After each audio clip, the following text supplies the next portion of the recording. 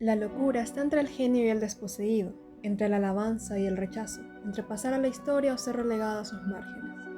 La locura ha sido algo divino o algo mundano, propio de los grandes artistas o de la chusma. Hola, somos Adriana García y Rosa Sosa y el día de hoy le estaremos hablando sobre El amigo de Hortensia. El amigo de Hortensia fue un libro escrito por Pedro Fabio Servín en el año 2007. Pedro Servín es un escritor, periodista y psicólogo clínico. No se tiene mucha información de su vida. Su madre era modista y su padre un albañil. Nació un 9 de septiembre de 1957 en Asunción. Sabemos que en el campo de la docencia es profesor de psicoanálisis, farmacología y psicología del trabajo en la UPAP, filial Cacupé, y de psicología deportiva en la Casa Central de Asunción. Algunas de sus obras fueron Álbum fotográfico del fútbol paraguayo, El amigo de Hortensia, La pluma sagrada, Los secretos del patriarca, A pecho abierto, Clavados y encadenados, Fútbol y futbolistas paraguayos.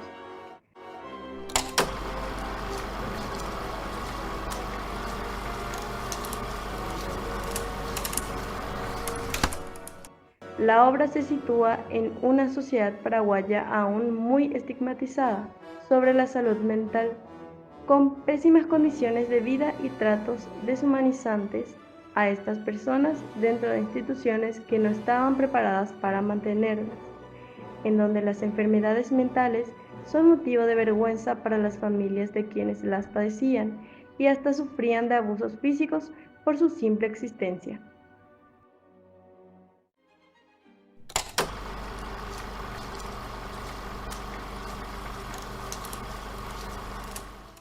La obra comienza mostrándonos las condiciones decadentes en las que se encontraba aquel hospital psiquiátrico y cómo eran los tratos a través de la historia de Hortensia, una interna de entre 20 y 50 años, que junto a su amigo el relojero indagan más en sus condiciones y en la razón por la que allí se encuentran. Hortensia aún se percibe como una quinceañera atormentada por un padre que la maltrataba y la encerraba en su habitación por periodos indeterminados. Probablemente esta sea una de las causas de su estadía en este hospital.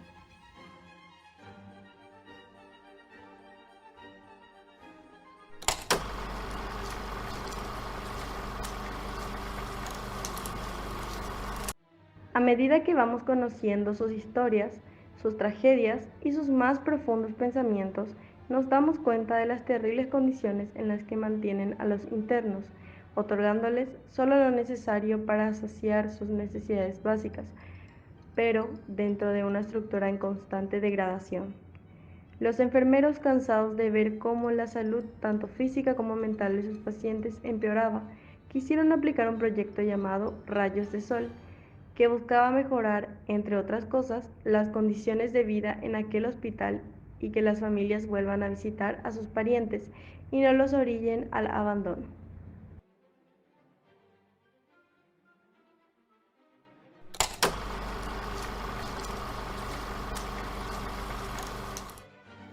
El jefe de los enfermeros, a discreción, ya había puesto en marcha un proyecto similar a Rayos de Sol, en el que iba integrando a la vida de los internos un familiar, quienes debían fingir no conocerlos, ya que ni los propios internos eran capaces de ello, porque los habían abandonado y sumado al hecho de sus condiciones mentales.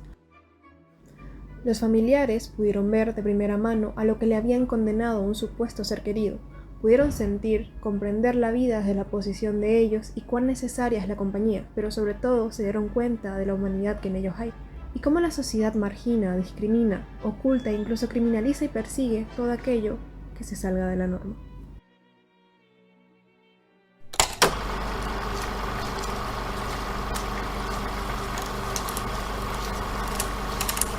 El tema central son las pésimas condiciones de trato e infraestructura en estos hospitales, como se ve reflejado cuando menciona que su comida era siempre guiso, a veces más líquido, a veces más sólido, pero siempre el mismo, al ver cómo dormían en cáteres o directamente en el suelo.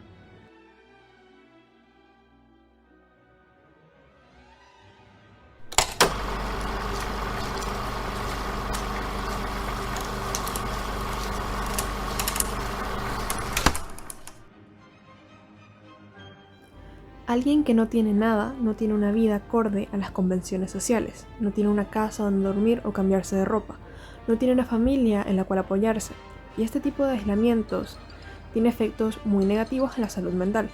Por eso, estas personas de bajos recursos necesitan un sitio donde ser acogidos, no siempre como un deseo de ayudarles a recuperarse o de algún tipo de reincorporación a la sociedad, sino de contenerles porque se les considera una molestia cuando vagan por las calles o si son violentos. Son vistos como personas sin voluntad de las que hay que hacerse cargo. Un paciente vuelve a su casa y el propio hermano dice no conocerlo. Le negó a su propio hermano. Hereditaria, lo cual me provoca un desequilibrio emocional. Llegué aquí porque tuve un bebé, entonces mi familia ya no me quiso Un denominador ayudar. es el abandono de sus Estadísticas familiares. indican que en los centros psiquiátricos las mujeres son más abandonadas que los hombres.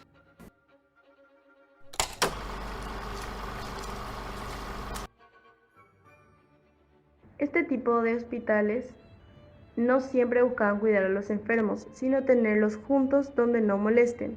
Más bien como instituciones de control y dominio, se cuidaban sus condiciones higiénicas, pero lo principal era imponerles una disciplina y que no causen perturbaciones al orden social al corromper sus normas. Esto marcaba lo que era aceptado y lo que no.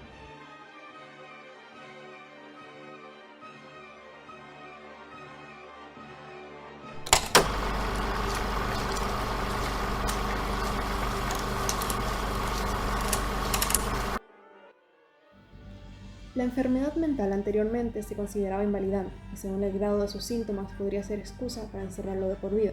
Se creía que el loco era pobre porque no tenía la capacidad de ser otra cosa y pasó a ser una responsabilidad del Estado que tenía que apartarles de todo espacio público, hasta de su familia, negando la humanidad a estas personas. El loco no era visto como una persona, sino que a menudo se lo equiparaba con un animal. Según Aristóteles, la razón era lo que distinguía al hombre de los animales. El loco era irracional, era puro deseo e instinto descontrolado, entonces era más parecido a un animal que a un hombre. No podía entender las convenciones sociales y por lo tanto no podía seguirlas y comportarse como una persona normal, así que tenía que ser encerrado.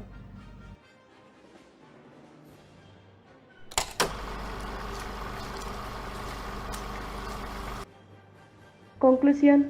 El amigo de Hortensia es un libro que invita a la reflexión, no solo de cómo percibimos a las personas que padecen estas enfermedades, sino de cómo construimos en nuestra cultura la idea del loco, de cómo en algunos lugares sigue siendo motivo de vergüenza o de supuestas maldiciones, cuando en realidad su única condena es haber nacido en una sociedad que la ve como una carga y como algo que debe ser ocultado. En Paraguay, la salud mental aún no se prioriza y mucho menos se da a conocer como debería, y realmente es necesario. La desinformación y la falta de acceso a servicios de salud mental cobraron y seguirán cobrando la vida de muchos niños, jóvenes y adultos paraguayos, víctimas de otros o de ellos mismos.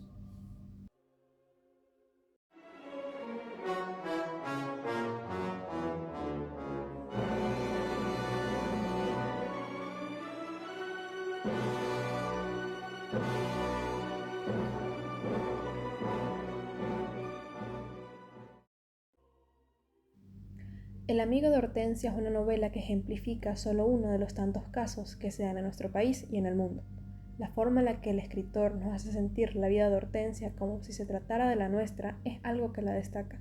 La inocencia de la protagonista hace que te encariñes de ella y de sus ocurrencias propias de un adolescente que fue privada de su libertad desde los 15 años por una mentalidad machista que intenta verse camuflada cuando nos damos cuenta que el dichoso relojero era en realidad el padre de Hortensia.